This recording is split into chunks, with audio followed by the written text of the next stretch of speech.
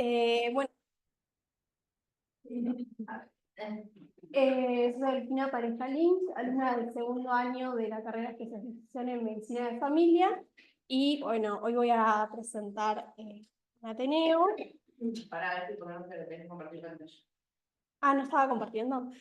Detalle, perdón. Está bien que no hay nadie, Bueno. Compartir. Ay, espera. pero... Y No sé si ahí se va a compartir. Ahí se está compartiendo. Ahí. y poner vecina de Bueno.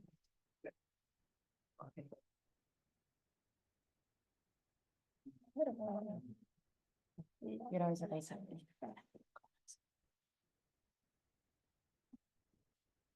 Bueno, entonces de vuelta. Bueno, soy Delfina Pareja Link, alumna de segundo año de la carrera de especialización en medicina de familia, y hoy vengo a presentar un Ateneo sobre una paciente que concurrió acá al consultorio externo de CEMIC de Saavedra para un control de salud de 58 años.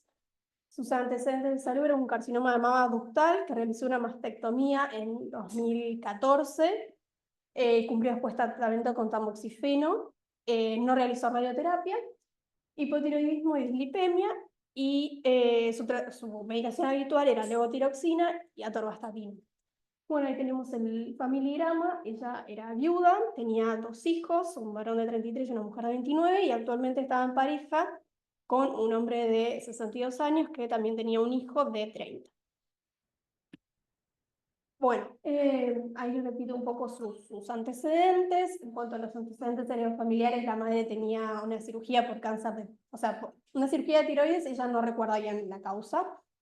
La abuela también había tenido cáncer de mama, la hermana también, a los 45 años. Le habían realizado a ella una histerectomía a los 37 años por miomas uterinos. Había tenido ventraciones, así que le habían colocado una malla. Y bueno, la mastectomía. La medicación que tomaba habitualmente, negaba drogas, alcohol, alergias, y fumaba 4 cigarrillos armados por día. Sus antecedentes gineco-obstétricos, bueno, 4 embarazos, 2 partos, 2 abortos, la mastectomía. ¿Provocados o espontáneos? Uno fue espontáneo, el otro provocado. Bueno, trabajaba como psicopedagoga y era maestra jardinera. Ahora en este momento no está trabajando y se dedica más que nada a la casa, a ama de casa. En cuanto a sus hábitos, requiere realizar las 4 comidas diarias. La comida es bastante variada, pero sí hace mucho picoteo durante el día y comía bastante poca fruta. Hacía pilates 2 veces por semana desde hacía 10 meses. Diuresis conservada, catarsis ella era de hábito constipado. Y bueno, tiene un sueño poco reparador, refiere que ronca, pero no es que le cuesta conciliar el sueño ni mantenerlo. El ánimo estaba bien, sí a veces estaba como un poco desalentada de sentir que no tenía una ocupación diaria y que estaba por ahí mucho tiempo en su casa y le gustaría tener algo fijo. En el examen físico estaba, o sea, hemodinámicamente estable, no tenía ninguna particularidad, solo que en la consulta tuvo un registro elevado de la TA, 145/100, y un IMC de 31. Y trajo exámenes complementarios que tenía de antes, con una BCC que la última había sido hace 8 años, que estaba bien, una mamografía que se había realizado, todavía tenía que retirar los resultados, tenía turno para una ecografía mamaria y trajo también resultados de la densitometría ósea que informaba una osteopenia leve moderada y un laboratorio que estaba normal. Ella lo que en su momento, bueno, lo que me disparó un poco para hacer el Ateneo fue que me preguntó, cuando estábamos hablando de su medicación y todo, este laboratorio se lo realizó Indra tratamiento con las estatinas. Ella igual hacía algún tiempo no estaba tomando porque ya no tenía, se le había acabado y no había vuelto a pedir recetas Esos labs son sin medicación. ese es con la Corre, medicación. pero me dejó después de eso. Claro, Y otra pregunta, ¿por qué a los 50 tiene sintometría? Que la pidieron. se la pidieron. Y otra pregunta, o no es una pregunta esto, perdón, dado que hay algunos y no hay nadie más. ¿Las dos saben entender las densitometrías, lo que tienen que ver? El test core y el Z-core, ¿ya saben lo que son? El test core, lo aprovechamos ya que no hay nadie a agregar un dato más. El test core te compara tu densitometría, tu densidad ósea, con lo mejor que tendrías que estar cuando eras 25 años, una mujer joven, divina y espléndida. Y siempre es, en general, te funciona en menos, porque es los debidos estándares que estás por debajo del ideal ideal.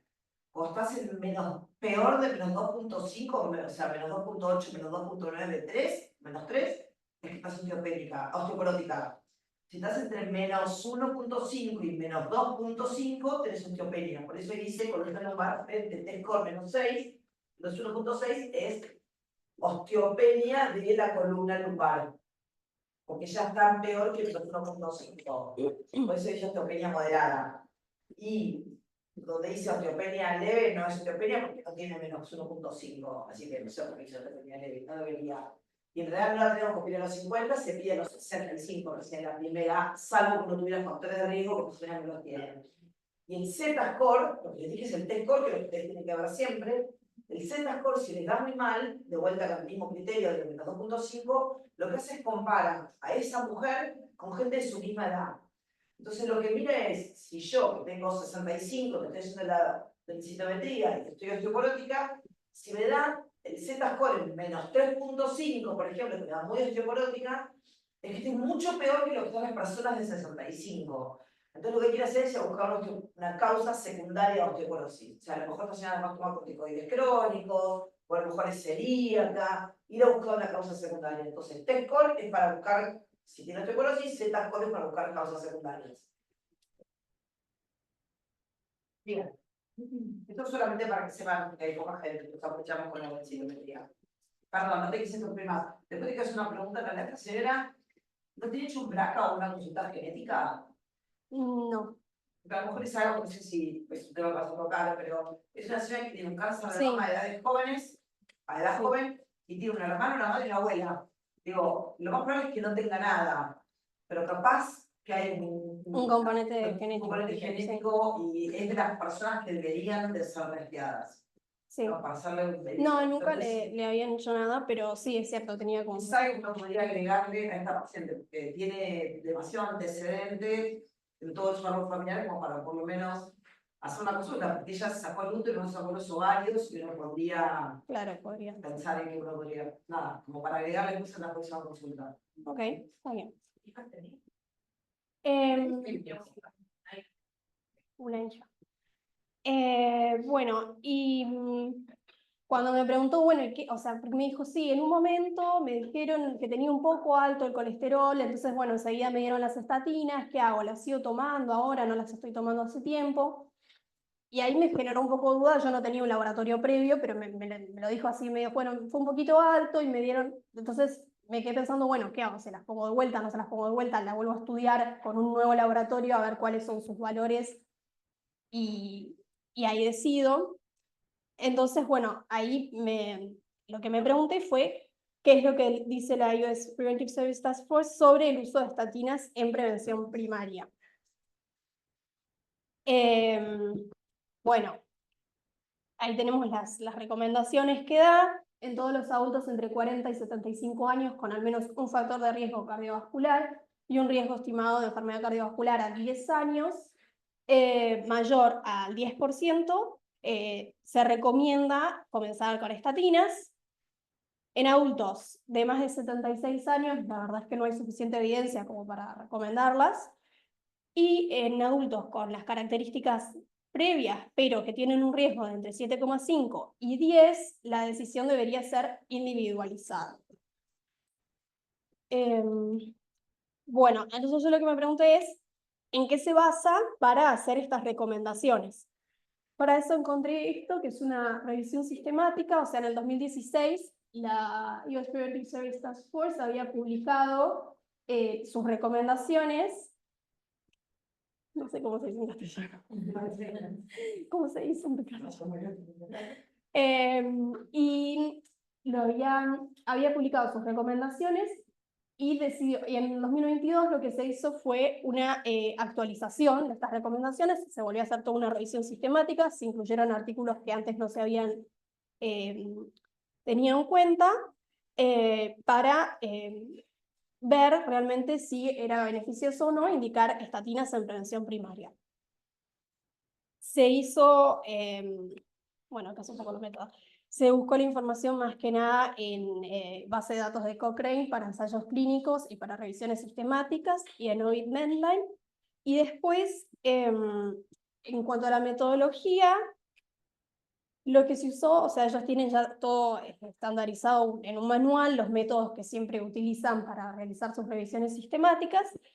Y lo que se hizo fue agarrar una población definida, que eran todos los adultos sin eventos cardiovasculares previos, que cumplieran estas características, que fueran de más de 40 años, entre 40 y 75, que tuvieran un factor de riesgo, y que se pudiera individualizar el riesgo cardiovascular a 10 años, y en base a eso se plantearon preguntas, lo que se llaman las preguntas claves, sobre el uso de estatinas y los posibles efectos adversos que podía tener y cómo eso impactaba en la mortalidad de cualquier causa y en la morbilidad y mortalidad de causa cardiovascular. Acá como para tener cuáles eran esas preguntas claves, hablaba sobre los beneficios de las estatinas, sobre los daños y comparaba beneficios y daños según, o sea, producidos por las estatinas y según la intensidad de las estatinas. Y de estas preguntas globales iban surgiendo distintas subpreguntas, o sea, se explayaba mucho en cada una como para tener más o menos una idea general.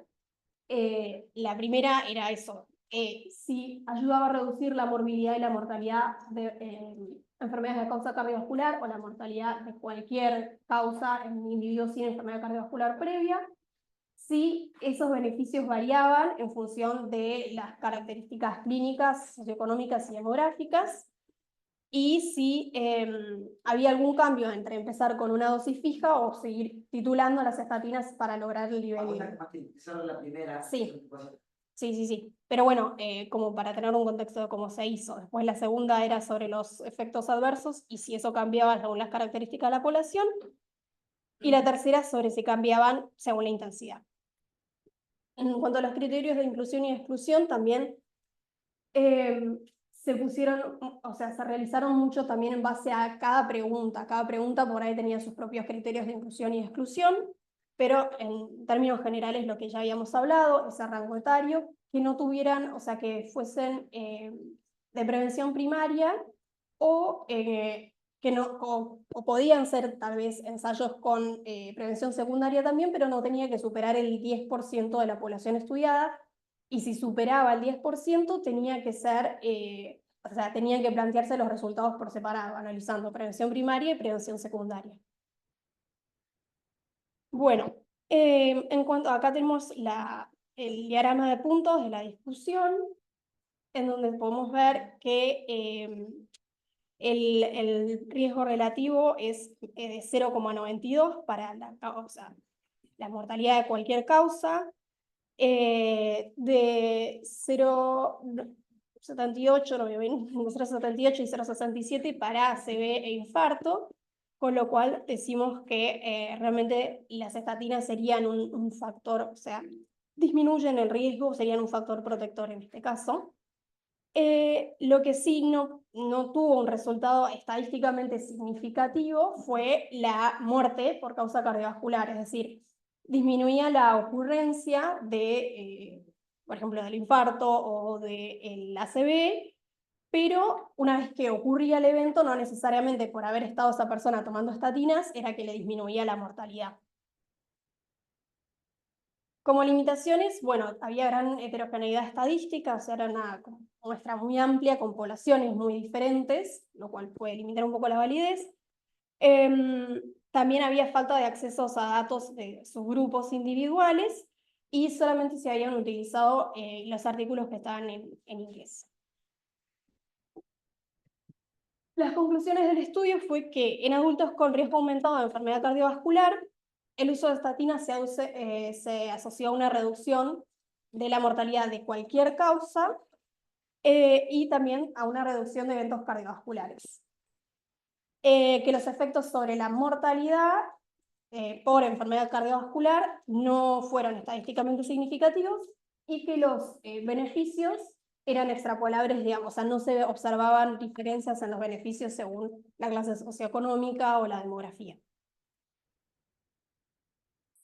Bueno, entonces, ¿qué harían ustedes con la paciente? ¿Empezarían estatinas o...? ¿Hiciste el cálculo del riesgo cardiovascular? No, en ese Porque momento la no. señora no es hipertensa, no es diabética, tiene 50 y pico de años, olvidate, le da abajo. Por lo menos no le da arriba del 20, y aún hoy está discutido lo de arriba del 20. Yo no sé cuánto tenía estatinas al inicio cuando alguien le puso estatinas. Yo no sé, al final tenía 350 de colesterol total y Claro. 250 de LDL. Hoy con estos valores, que vos decís que las tomen o no las toman y que no es muy normal, yo creo que se podría perfectamente hacer la prueba de sacarle la medicación, hacerle cambios en el estilo de vida, mejorar la actividad física, mejorar algunas cosas de la dieta, algunas pautas, y después la comprar de vuelta en 6 meses, un año, cuando todo el control. Si no tiene mucho factor de riesgo la señora, hay que darle hábitos saludables que igual es bueno para todos y sacaría claramente estatinas. El lago ese que pusiste antes era sin... Era con las estatinas. Pero más o menos, porque ella dijo que las dejó y los observatorios son de junio, ella la dio en julio, así que si la dejó, la dejó Ahí nomás, por hace esa una fecha. semana, o sea, nada. ¿Eso cómo estás? Tenía obesidad grado 1. Pues que ¿Pero pero repetiste si el lago? se puede medir 30, Se le iba a pedir. Sí, ya. Cualquiera de nosotros, que es de 30. Yo repetido y en base a eso veo... Claro, mi idea era esa, o sea, es como repetírselo. Tenía uno de junio, dije, bueno, lo espero un poco igual, y le pido uno nuevo, a ver qué pasaba. Sí, yo creo que no tengo que estar repitiendo colesteroles todas las semanas, ¿eh? No, Me parece que si vos decidís sacárselo a una señora de 50 años que no tiene ningún factor, se lo repetís en 6 meses. O sea, repetís de vuelta en un mes y no vas a llegar a entender realmente bien el efecto de haberle sacado las estatinas en un mes. Esto no es mágico. Se No, está no. midiendo el colesterol en sangre. Y me parece que con 6 meses no te apures el más mínimo, una señora que no tiene ningún factor de nada. Perfectamente se lo podemos pedir en 6 meses. Nosotros se lo podemos pedir ya porque Sí, no, porque tenemos la ansiedad. O sea, en realidad en 6 meses se lo podemos pedir. No, porque es alguien que por lo menos se está moviendo 2 veces por semana. Sí, sí, hace haciendo la un actividad montón. física, Sí. no creo que te apure. Sí. Bueno, entonces ahí justamente lo que yo pensé es, bueno, primero pensemos lo de medidas higiénico-dietéticas, que ya, por ejemplo, con ella ya había que arreglar un par de cosas con el tema de la comida. Y lo que me pregunté es, bueno, ¿en qué medida pueden la alimentación y el ejercicio físico disminuir los niveles de colesterol LDL? Por esto encontré este artículo, que es una revisión sistemática del año que se realizó entre el año 2020 y 2021, que habla sobre, o sea, analiza toda la evidencia que hay sobre los efectos de los alimentos en el colesterol LDL. El objetivo fue hacer un análisis de todos los ensayos clínicos randomizados y controlados y de las guías de los alimentos, o sea, de lo que dicen guías actuales sobre la alimentación y la dislipemia. El diseño, o sea, tuvo como dos partes. Por un lado fue como una revisión sistemática de metaanálisis de guías y se utilizaron como base de datos PubMed y Cochrane. Y por otro lado, ellos hicieron paralelamente su propia revisión sistemática de ensayos clínicos de aquellos alimentos que habían encontrado que las revisiones sistemáticas tenían como bajo riesgo, o sea, no tenían bajo riesgo de sesgo. Entonces decidieron con algunos alimentos que no cumplían esas condiciones hacer ellos su propia revisión sistemática, que al final terminó siendo solo una revisión sistemática sobre ensayos clínicos de café. Bueno, se hizo entre el 2018 y el 2019 y los resultados que se buscaban eran los niveles de colesterol LDL. Se incluyeron artículos en inglés para adultos sin tratamiento para dislipemia y se excluyeron aquellos que tenían más de 10 años desde su publicación y todos aquellos que tenían intervenciones o suplementos para bajar de peso. Bueno, acá está el flowchart de cómo se fue haciendo la elección de los distintos artículos, tanto para la revisión sistemática en general como el que hicieron ellos después para la revisión sistemática que hicieron de los ensayos del café. Y acá está o sea, con la escala de Gray, para evaluar la evidencia, los efectos que se fueron encontrando que tenía o sea, que tenían la comida y los niveles de colesterol. Entonces, lo que vemos es que todos los alimentos... Sí, bueno, no sé. Acá en esta se ve mejor. Pasa que, bueno, quería mostrar, bueno, el grado de evidencia. Los que tienen los círculos más grandes sería que tienen como el grado de evidencia es mayor, ¿no? Entonces, por ejemplo, con alto grado de evidencia se vio que el café no filtrado aumenta los niveles de colesterol, lo mismo que las grasas saturadas, que todo lo que son, bueno, los pescados no se vio que tuvieran ningún cambio en los niveles. Estaba al pedo que éramos los pacientes. O sea, sí tengo entendido que por ahí, no directamente, claro, es que sobre todo tienen impacto en los triglicéridos, pero esto era más que nada en colesterol LDL. Café no, queso no, si es queso, parece queso. Es manteca, es manteca. Bueno, bajo el queso, ¿no? Grasas sólidas, es eso, Sí, mismo. sí. Color rico no, pescado no, azúcar. Azúcar no. Y después lo que está abajo, que tenemos fibras solubles. O sea, todo lo que son fibras solubles. Soja, vino, almendras, nueces, avellanas, oliva, ahí está la palta, ahí abajo. La palta. Bien, está bien, todo lo barato. La palta, igualmente. Quiero decir que El espíritu de igual palta y cúrcuma generan una reducción moderada, pero no hay tanta evidencia. Bueno. Lo que, Delphi, perdón, creo que lo dijiste, pero ¿qué vendría a ser el eje, digamos, de las X? Lo que está más a la izquierda, lo que está más a la derecha. ¿Cambia algo? Ponerle que el té verde esté más ¿A la derecha o a la izquierda? No, el eje de las X no, eso no cambiaba. O sea, lo importante era el de la Y que te mostraba, claro, el de la Y. ¿Té verde? Está todo a la derecha. Ah, ya la derecha. Arriba la Pero bueno, o sea, en términos generales, todos los alimentos ricos en ácidos grasos poliinsaturados o insaturados y que tenían poca concentración de grasas trans o de grasas saturadas, lo mismo que todos los alimentos, o sea, con estanoles vegetales o los que eran enriquecidos con eso, por ejemplo, la margarina, o algunos productos lácteos que se les ponen como agregados, se les agregan estanoles vegetales y se terminan llamando alimentos funcionales porque justamente se les pone ese agregado que aporte ácidos grasos poliinsaturados.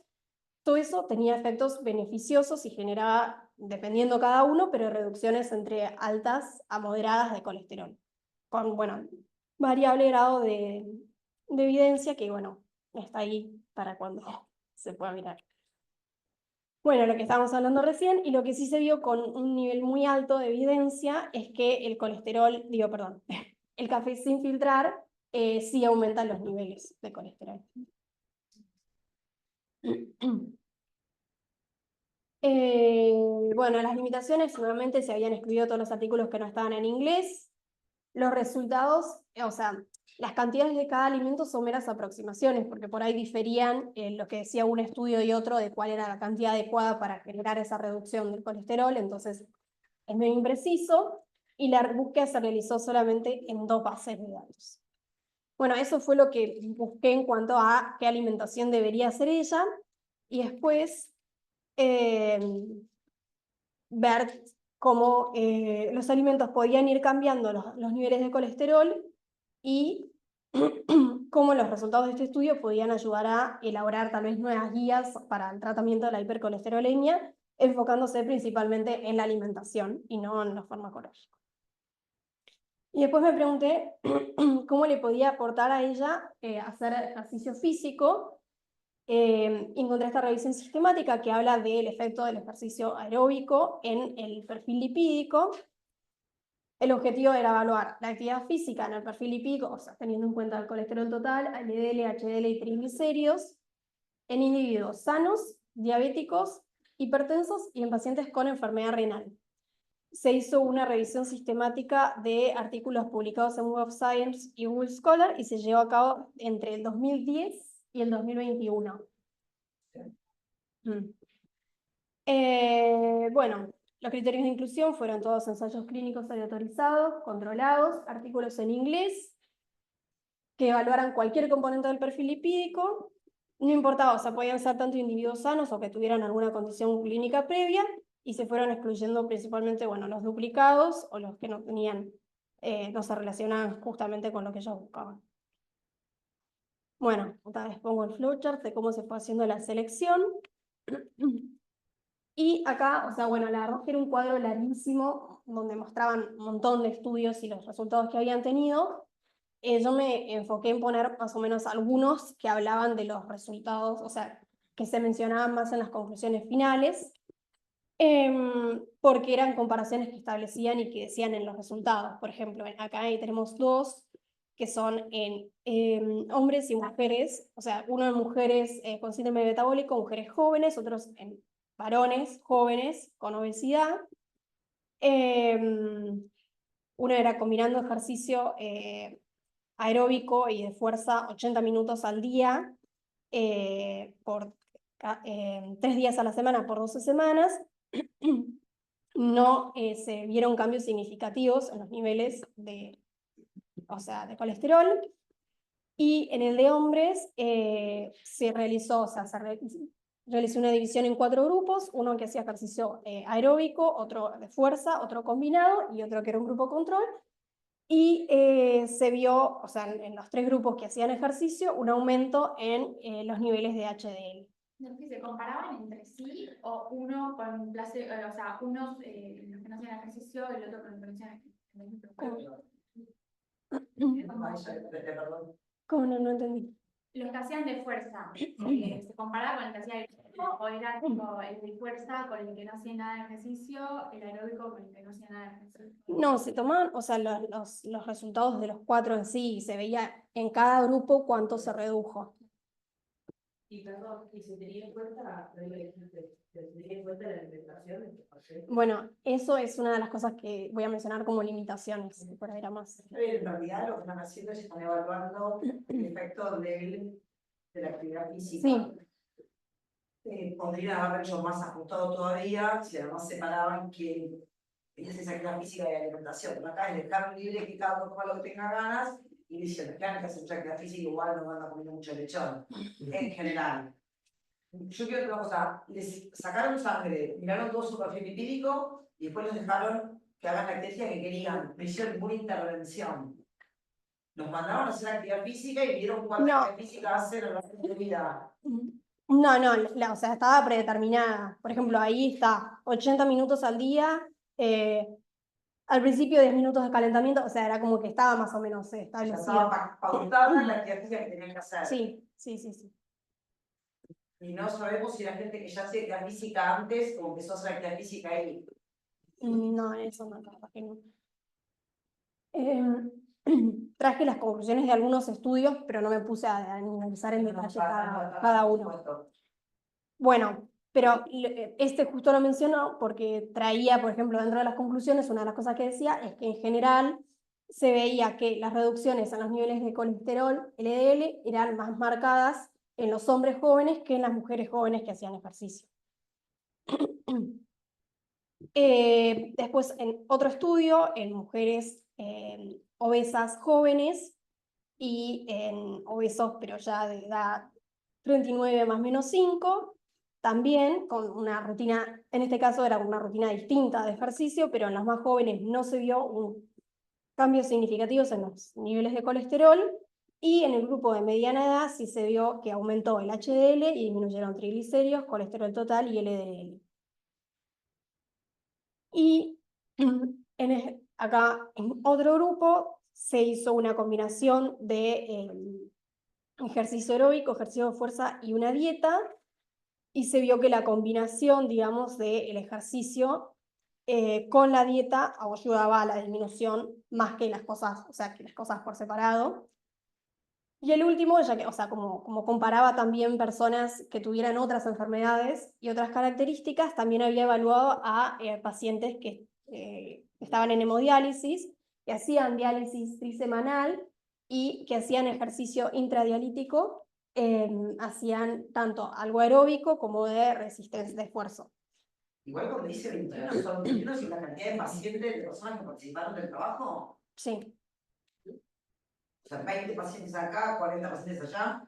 No, son dos trabajos distintos. No, ya, pero 20 participaron 20 personas. Ah, sí, por participaron eso, 40. son trabajos relativamente, Chiquititos. sí, chiquititos. Y de hecho, bueno, el otro es un estudio experimental. Sí, sí. Intradialítico. Sí, No, no es que están haciendo diálisis. no, con el igual gimnasio. no, para, Pon atención a eso. sí, Sí, o sea, te hacen una sentadilla con el... o sea, porque yo tampoco entendía muy bien qué era, y es un nuevo método que se está haciendo en Estados Unidos, se ve, que por ejemplo, mientras se está haciendo la diálisis, le ponen como una cosa para hacer bici o para hacer algo de esfuerzo, Es sí. una especie de pilates. Me encanta. No, déjame sentada, estoy en el Encima tengo que hacer bici. No, porque Pero peor, que no te caminaba con el trono.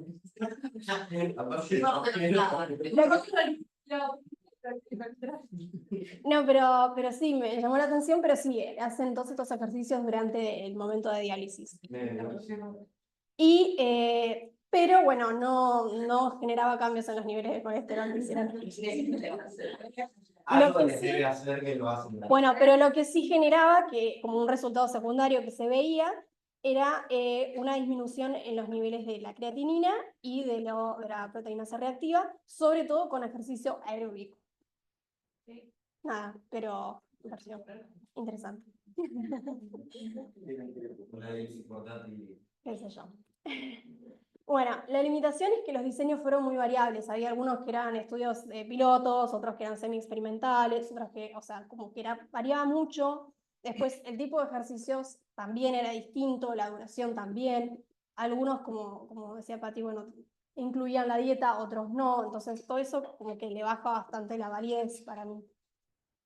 Y puede alterar los resultados finales. O sea, como las conclusiones que ellos ponían era: el ejercicio físico disminuye los niveles de colesterol, pero sobre todo en hombres, principalmente en individuos de mediana edad y en personas obesas. No se vio que tuviera ningún cambio significativo en personas que tuviesen enfermedad renal. Y bueno, lo que hablábamos recién de que hubo múltiples variables que limitaban la validez del estudio. Bueno, y por último, lo que me pregunté fue si Statin Choice es una buena herramienta, o sea, porque bueno, ahí pensando, bueno, le puedo dar dieta o puedo dar ejercicio, y en ese caso, si quiero decidir seguir con Statin Choice, bueno, si es una buena herramienta o no. Antes que pases, acá hicieron un comentario. Sí.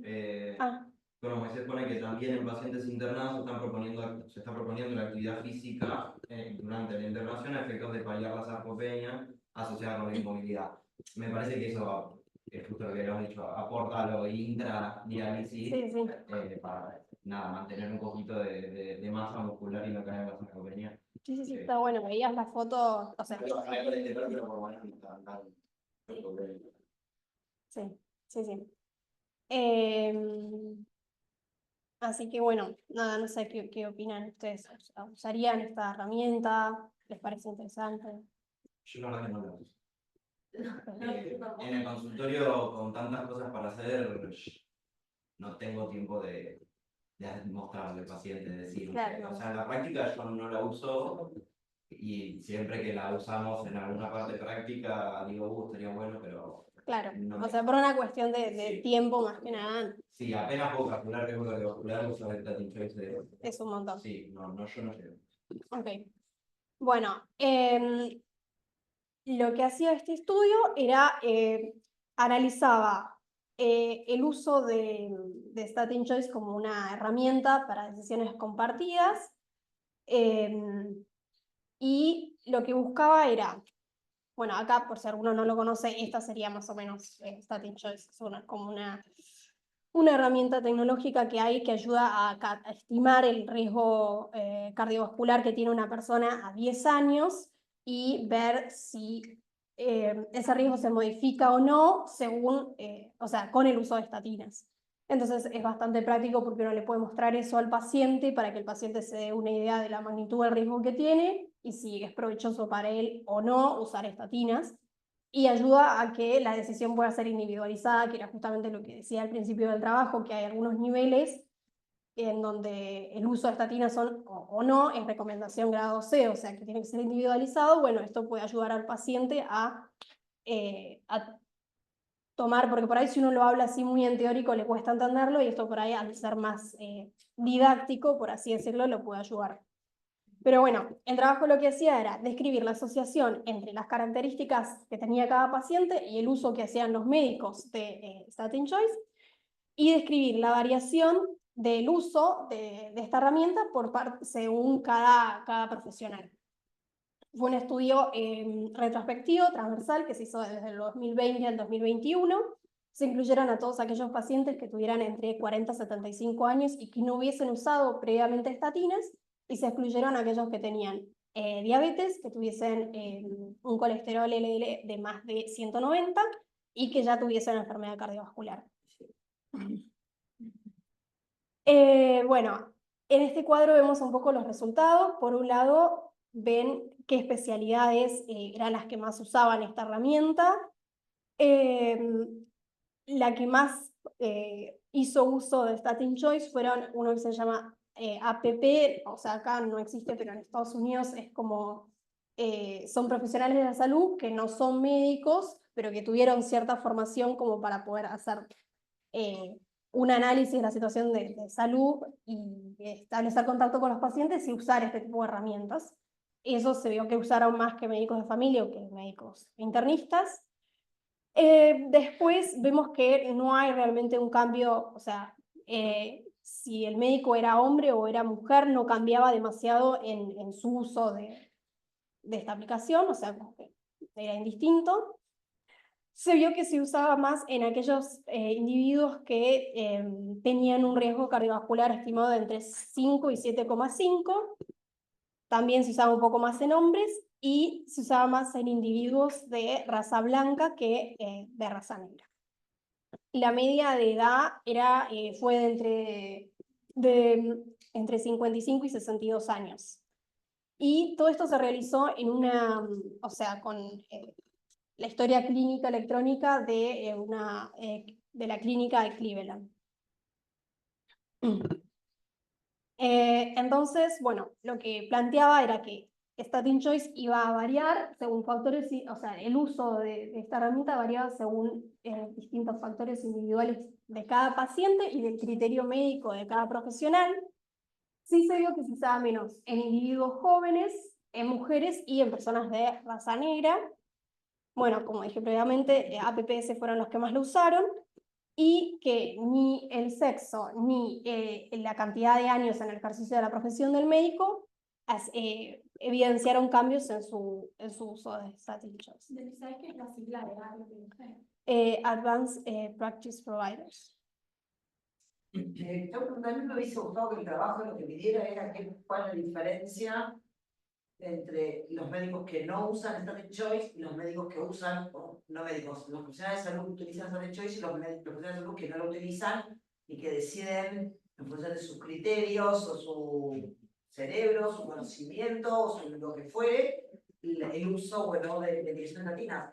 Acá lo que estamos haciendo es evaluando quién es, digamos, la variabilidad entre los que usan Statin Choice. No es que el trabajo evaluó Statin Choice versus no Statin Choice.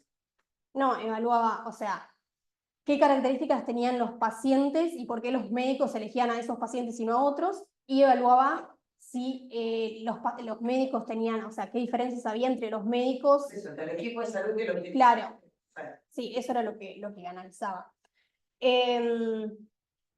De hecho, bueno, un poco lo que planteas, no sé si es justamente esto que decís, que era imposible identificar las preferencias de cada médico, o sea, decir por qué decidió esto y no lo otro, eso fue una limitación del estudio, no lo podía hacer. Tampoco se pudo saber cómo es que se utilizó esta herramienta, porque no había nadie ahí como para corroborar si lo usaba para él mismo, para ver, bueno, a ver cuál es el riesgo, le empiezo estatinas, no le empiezo estatinas, o si realmente lo usaba como una herramienta de decisiones compartidas, de mostrárselo al paciente y charlarlo con él. También se realizó durante la pandemia, entonces, bueno, tal vez eso puede haber alterado el uso. Se excluyó a toda la población latina, porque, bueno, era o sea, había muy poca población latina en esta clínica. Y también tiene baja validez externa porque se hizo, o sea, en una clínica en donde estaban acostumbrados, o sea, eran profesionales muy capacitados y muy acostumbrados a usar todo este sistema de historia clínica electrónica, y no podemos decir que eso es extrapolable a cualquier otro hospital. Entonces eso también baja un poco, o sea, representa una limitación.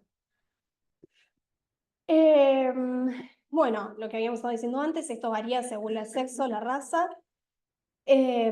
Principalmente se usaba menos en las personas de raza negra y en mujeres, pero no se veía alterado por características en particular de los médicos, y que en términos generales fue una herramienta muy poco, o sea, es una herramienta poco usada. Durante todo este tiempo, lo que se vio es que un 7% de todos los médicos utilizaron Statin Choice, y o sea, el principal argumento que se da de por qué no se usa esta u otras herramientas de decisiones compartidas es muchos porque consideran que no es útil realizar decisiones compartidas, y otros porque desconocen de la existencia de este tipo de herramientas. Bueno, volviendo a la paciente, entonces lo que vi en esta consulta fue, bueno, registro elevado de PA que tuvo, osteopenia, obesidad grado 1, malos hábitos alimentarios, sueño poco reparador, hipotiroidismo, y bueno, la verdad que me puse dislipemia con signo de interrogación porque no es algo que yo estuviese segura de hasta qué punto era así. Lo que hice fue para el registro elevado le solicité un CATA. Hablamos sobre la necesidad por el tema de su osteopenia, de continuar haciendo actividad física, tener alimentos ricos en calcio. En cuanto a la obesidad y los malos hábitos alimentarios, hablamos un poco de alimentación saludable, le hice un refuerzo positivo por el tema de pilates que ella hacía y le incentivé a que siguiera haciendo.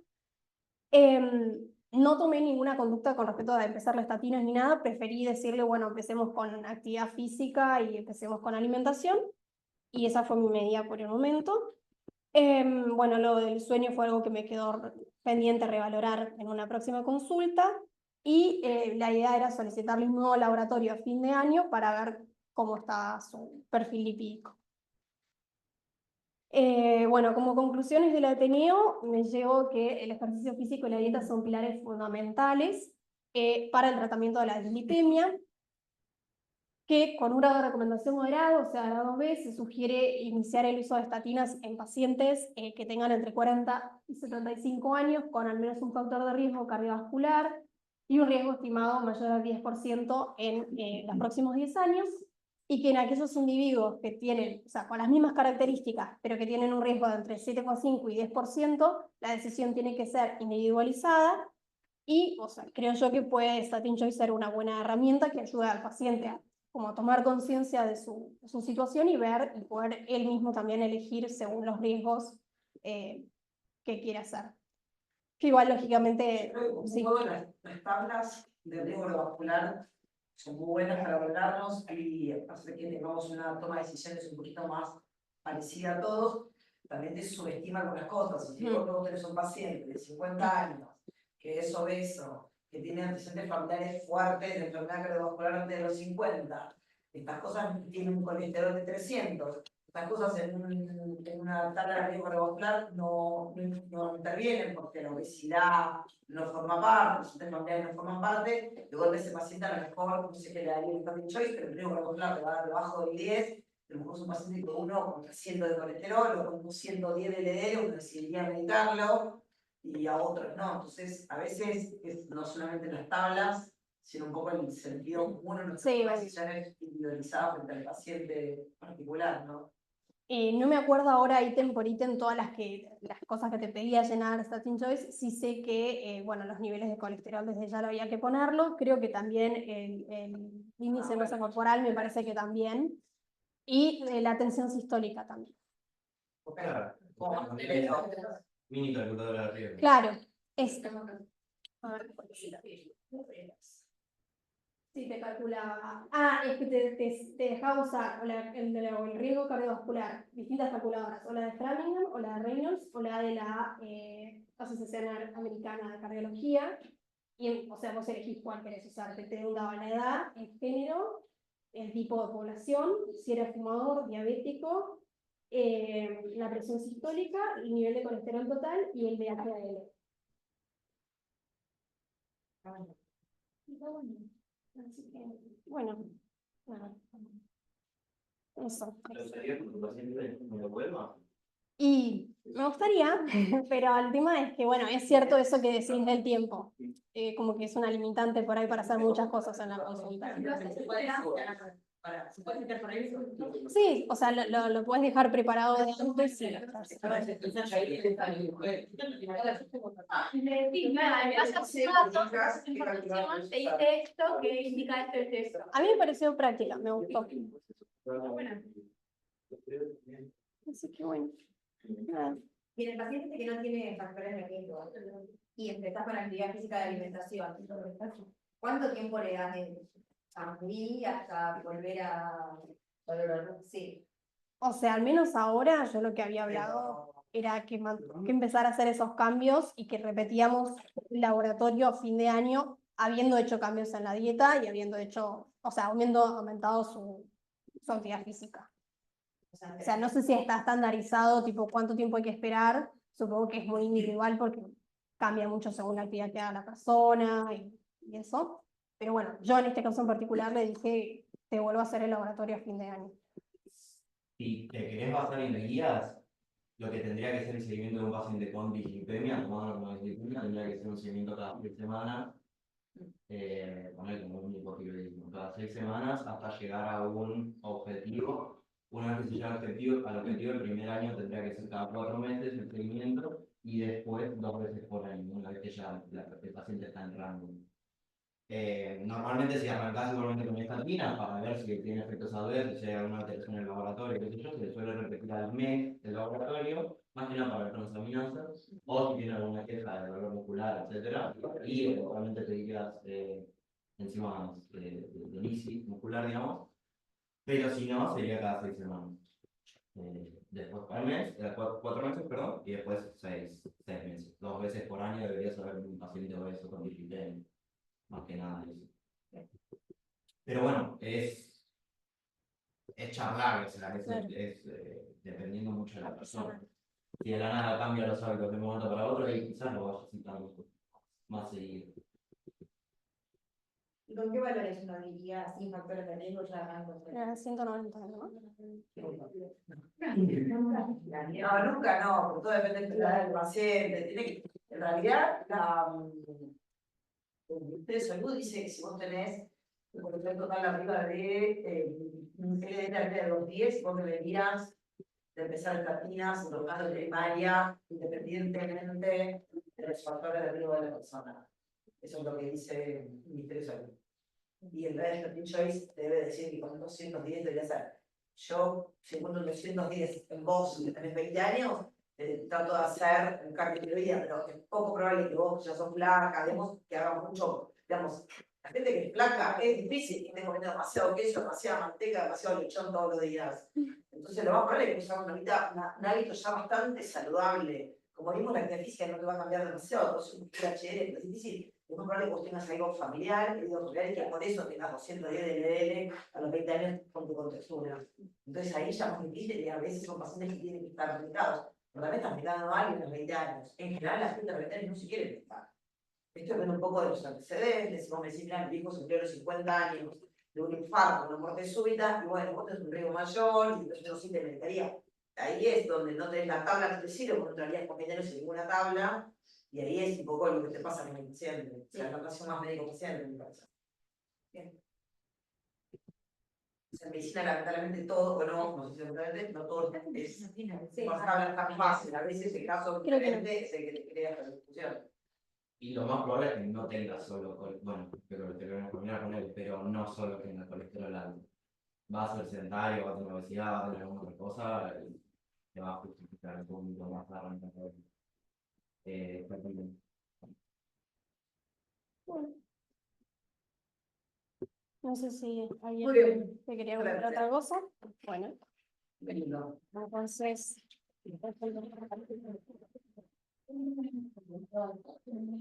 Dejo de compartir, ya estamos. Sí, pero en caso de ¿Alguien quería comentar otra cosa? ¿Alguien quiere que dijiste? Ah, Sí. perdón.